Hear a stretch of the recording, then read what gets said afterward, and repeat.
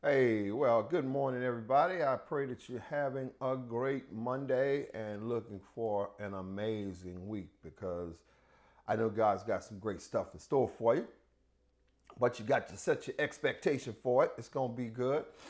Uh, I am I am so excited about this week because I know God has got some wins for us to start collecting. You got to stack up them wins, man. So many times during our lifetime, we focusing on the losses and all of the stuff that didn't happen. We wish we would have happened and all that kind of stuff, but you can't live like that, man. You got to stack up these wins, y'all. Y'all got to stack up these wins and believe God for even more wins. What's up, Sister Joycelyn? Good morning to you. How are you? Good morning, Sister Rhonda. Hey, T. What's up, Sister Judy? Over on the conference line, I got 5606 1070. Hey, 3551. How you doing? What's up, Sister Nadia? Hey, Sister Tanya. How you doing? What's going on? All the way across the state lines. I hope that you and the family are doing well. What's up, Elder Gilda? Hey, Elder Cynthia, what's up? Good morning to everybody. We're gonna get started in just a minute. We got a good 10-minute tune up today. We got a good team. Hey, First Lady, good morning to you, ma'am. Listen, yeah, we got a good 10-minute tune up today. This is all about boosting your faith for the wins that you're gonna have this week, right? So I want you to really be ready. And those of you note takers, I want you to get ready to start taking some notes in the notes section. Hey, Jahara, how you doing? Sup? I hope you're having a great morning today. And we're gonna get started in just a minute, man. I want to get some more people over on the conference line. I know I have some faithfuls on the conference line. I got some people on Facebook and on YouTube that's going to join us. Hey, Sister Valerie, how are you? Good morning to you. I appreciate you being on with us. We're going to get started. I'm going to get my time started in just a minute, y'all. I hope y'all have y'all week already planned out, already mapped out. Apostle Hilliard, hey, Sister Geraldine. Look, Apostle Hilliard had this saying that I've adopted, which is really important. Things don't just happen; they must be planned, right? I know we want things to just go well, but if you want it to happen like it's supposed to happen, good morning, Sister Donna. If you want it to happen like it's supposed to happen, man, you got to plan it out. You got to plan it out. You can't just leave it to chance and believe that it's just gonna happen. No, it don't happen like that. So I hope you got your week all planned out. What you're gonna have to do to accomplish your goals and begin to chalk up a whole lot of wins. Good morning, Sister Carlos. We're gonna get started, y'all. Let me get my time started so I can get y'all cracking and on your way. Okay. So here's what we're talking about today. Now, all those of us that have relationship with God, and I know all of you have relationship with God. Good morning, Sister Salika. Listen, this is what the Bible says. The Bible says that the just shall live by faith. We walk by faith and not by sight. We're not concerned about what we see. We don't get moved by the things that we begin to see ocularly. The things that we see, if it's difficult or challenges in the world and the world's economy. We don't get thrown off by that kind of stuff. We're not supposed to, because that's not how we live. We don't live under those terms. We live by faith. We live by faith. And so the Apostle Paul says something, man, that's incredibly important. And this stretches through all your life, your spiritual life, your natural life, or whatever. He says that you got to fight the fight of faith. And believing and trusting and knowing and having great expectations for an amazing future is going to be a fight, y'all. It's going to be a fight. You're going to have circumstances that's going to happen in your life that's going to challenge your ability to believe for better. That's just the way it is. And those of us, those of us that have been around any length of time, man, we know, man, that when it comes to believing for a great life, sometimes it's a challenge because you're dealing with the humanity that you live in. You're dealing with the limitations of life, the limitations of your humanity, the limitations of how you possess things. And so you're under those confines, if you will, right? But because we're in relationship with God, we can't allow that to stop us, man. We can't allow the limitations that we see and sometimes the limitations that we're set under to stop us from believing God for greater. That's why God said, I don't want you living by what you see, because you're going to have an inability to believe me for better. You're not going to believe me for better if you're looking at your checkbook and your checkbook don't look good. You're not going to be able to believe me for better if you're looking at your children cutting a fool and believe that they're going to be sound and going to be okay. You're not going to believe me for better when you go to the doctor and the doctor just said, man, these results ain't looking good. Now and you are focusing on that and not focusing on God, the healer, the great physician. You're not going to be able to believe God for the things that you need to believe God for if you're concerned with the things that you see in the natural and the things that are affecting you naturally. You're not going to be able to believe God for that. So you're in a fight.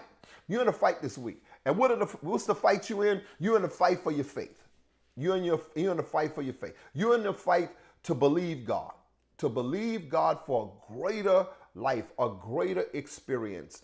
You have a great expectation. That's what you're fighting for. You're fighting for your husband to be well. You're fighting for your children to prosper. You're fighting for your wife to receive everything that she's believing God for. You are fighting. That's what you're in. You're in a contention right now. You're a contender. You're a fight contender. Man, I made me and First Lady some shirts. And we're gonna break them out. We're gonna break them out next month in October. But listen, my first lady, man, she's amazing. Yeah, that's my first lady. My first lady is amazing. My wife is amazing because she's beat cancer, and she walked through it with such grace and such poise. She did not allow the things that she was seeing, hearing, to upset her ability to believe God for deliverance and for healing. But for those note takers, I'm gonna give you these 6 things real quick that I need you to begin to think about as you go through this week of faith. I'm gonna give you these 6 things. Here's the first thing. The first thing is that you got to remember that fear is the opposite of faith. Now, I know what you're saying. I know you're saying, well, Pastor, we already know that. No, what I want to give you is that God explicitly says, I've given every man a measure of faith. But then he goes into James and he says, but I didn't give you no fear. He says, I gave you faith, but I didn't give you fear. So if you're fearful, it didn't come from God. If you're fearful, then it came from the devil. He wants to undermine your ability to hang on to your expectation, your belief, by throwing in some fear. And all of us get nervous. All of us have some periods in our lives where we begin to get a little antsy about things kind of questionable, if you will. Ooh, this kind of, oh man, it's not feeling right. Don't look altogether right.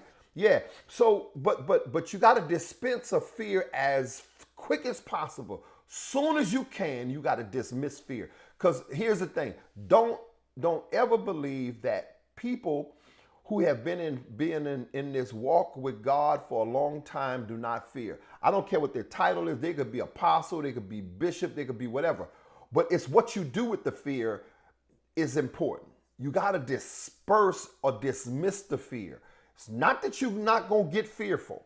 It's just a part of humanity. Fear is a human instinct that God placed into us as a warning system. It's a warning system. When you start feeling kind of fear, it's supposed to help you be defensive and not to go into situations that may be harmful. So fear is not altogether it's not altogether bad, but God doesn't give us fear when it comes to us living out this life. It comes from the devil. So you got to dismiss fear. Here's the second thing. Now I know this is gonna probably throw some of y'all off when it comes to faith, and here's what it is. You gotta forgive. Yeah, you gotta forgive. You gotta forgive. You cannot walk around believing that you're going to be able to have the faith necessary to get to the next level if you have not forgiven. You got to forgive.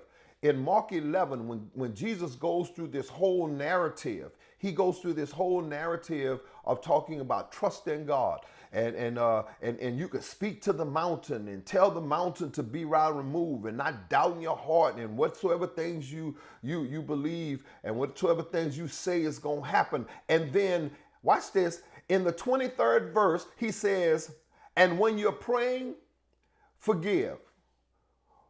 He goes right into that faith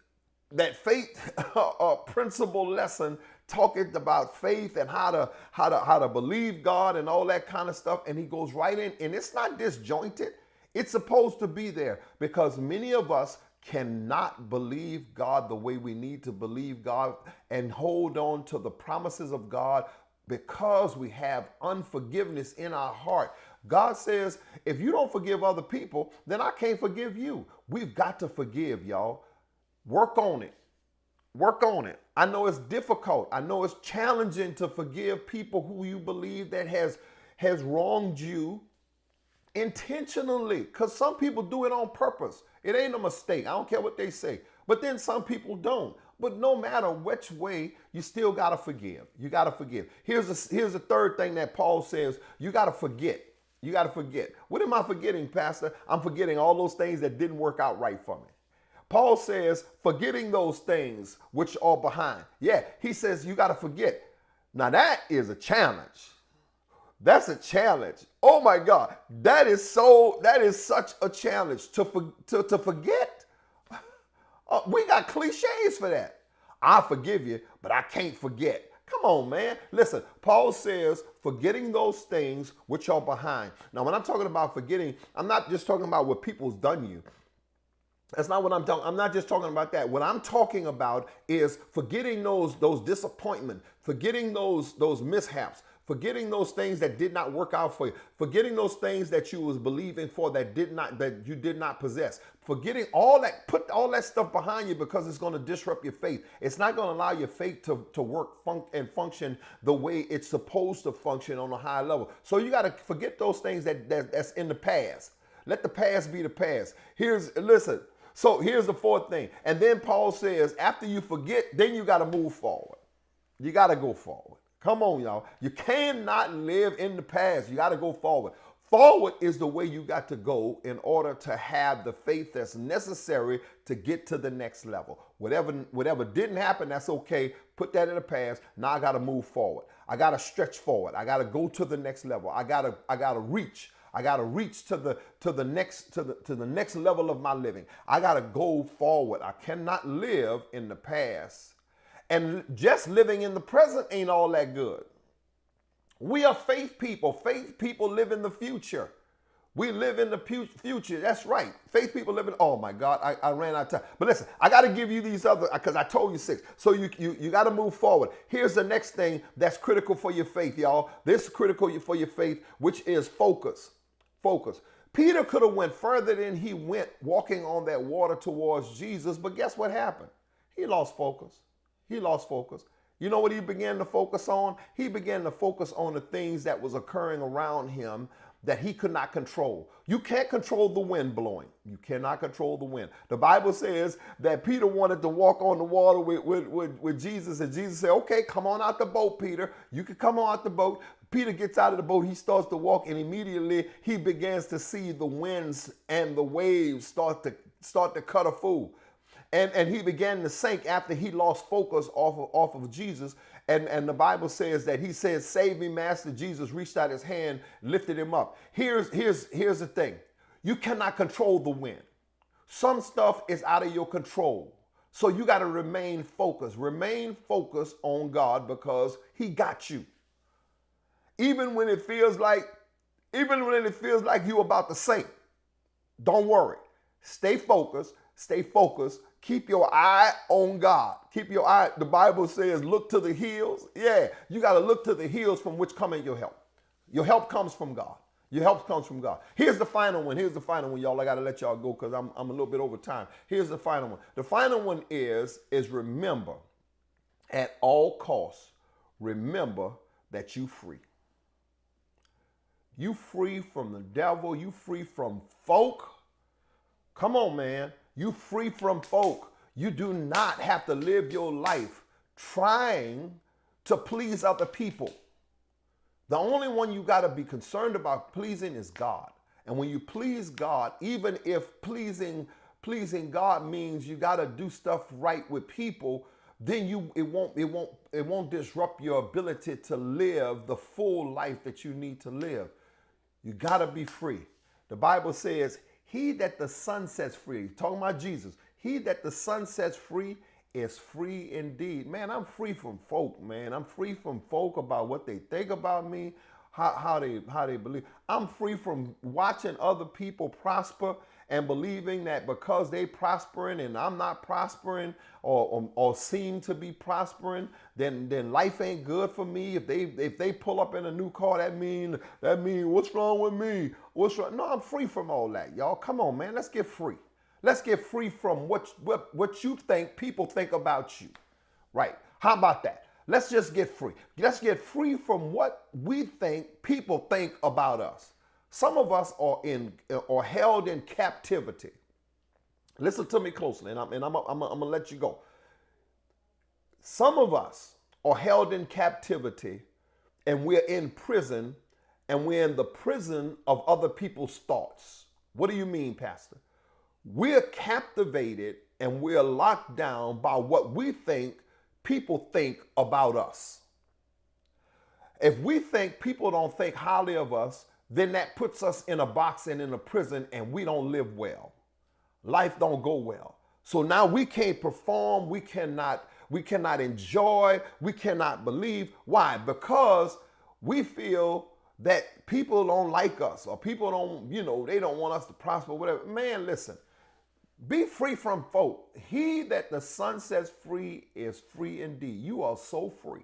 Man, live your life free. That's the only way you're going to be able to walk by faith, is because some stuff you're going to have to do in this life by faith. It's going to defy the approval of others. Yeah, you can't look for the approval of others when you're living by faith, because they may not accept or want you to do what you're about to do, but you got to do it anyway. So you got to be free. Okay. Did y'all get blessed today? Can I have some amens in the chat? Did y'all get blessed today? Listen, you're in a fight, and the fight that you're in is for faith. You're in a faith fight, okay? And your life is going to a whole nother level. Life is going to a whole nother level, but you got to definitely believe that God has got you, man. God has got you, and you're gonna prosper. You're gonna prosper.